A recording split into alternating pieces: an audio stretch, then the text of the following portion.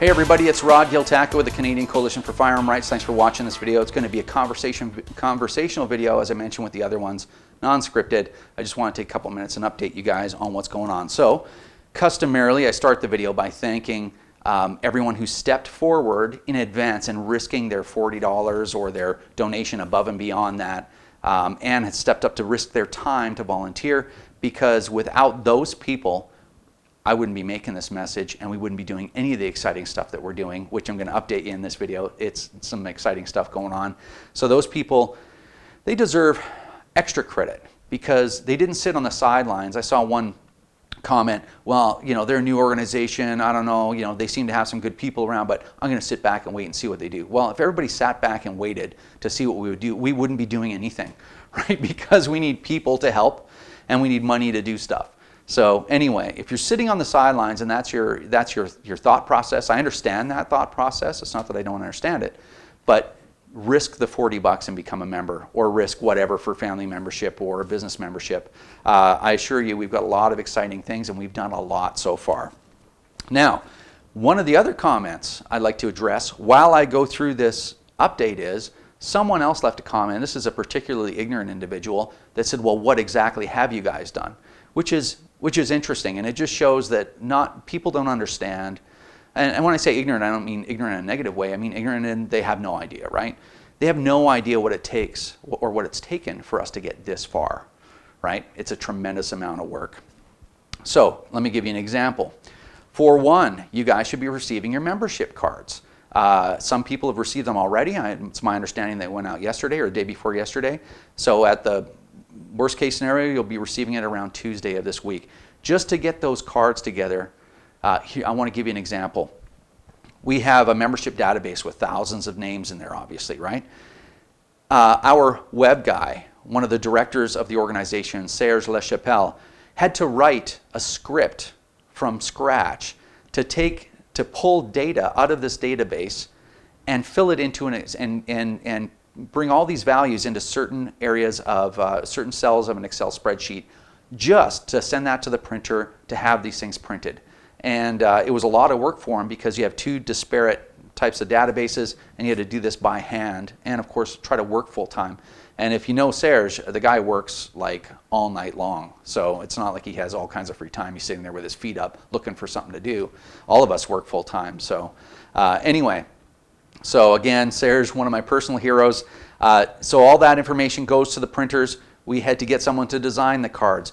We had to get the printers to print them. Then they all had to, in their boxes and boxes and boxes of cards. And here's a picture of the people that got together to spend an entire day sitting there stuffing envelopes. Someone had to write the welcome letter. Someone had to translate it in French. Someone had to buy a little squirty glue gun thing to stick the card on there. They had to stuff envelopes. They had to address them. They had to, again, a special script to address them.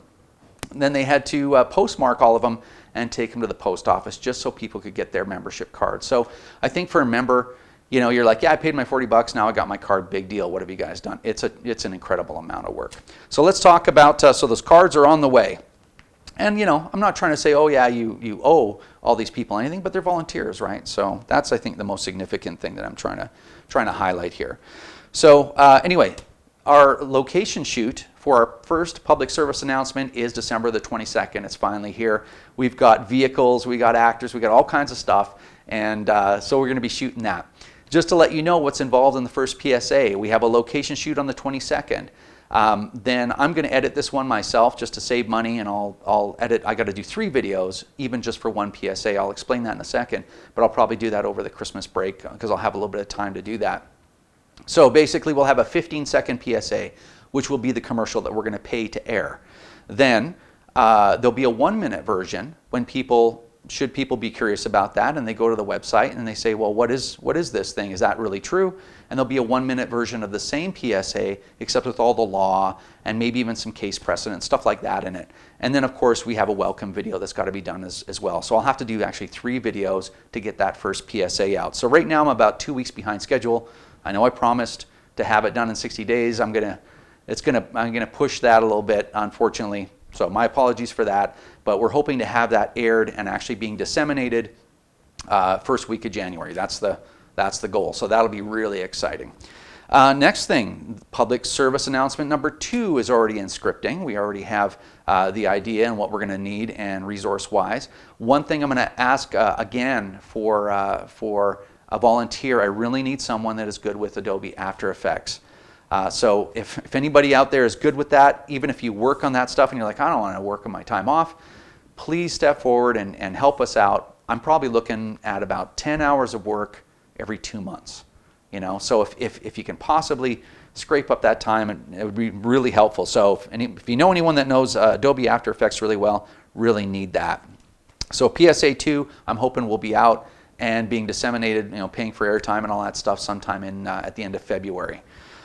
We've got 5 in the queue to do so far. So and some other media projects also on the horizon. Next thing.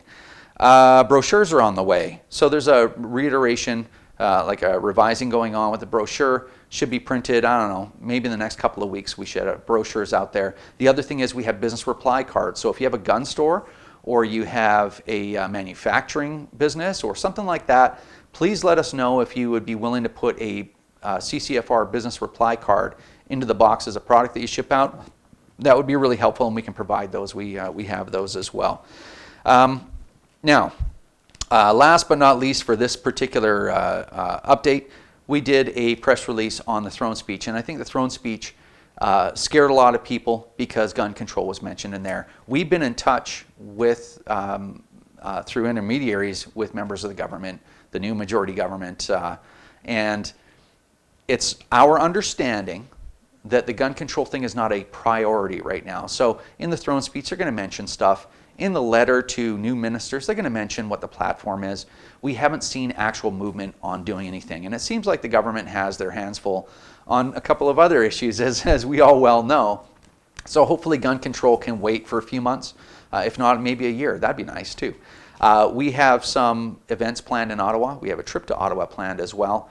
And we have some meetings with the government. Hopefully we'll get those meetings. And we can just let them know that that some of these new laws that they're proposing do nothing but harass law-abiding gun owners. There's tons of data to support that.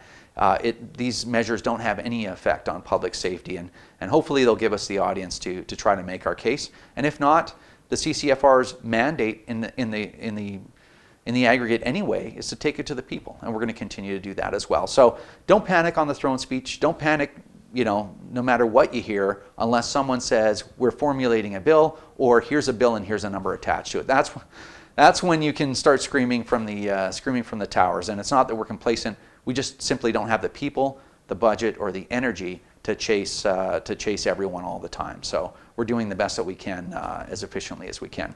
So once again, I'll close it up. I appreciate you guys listening to me blabber on about how great I think, you know, our volunteers are and how appreciative I am for all the people that step forward to be members right off the bat.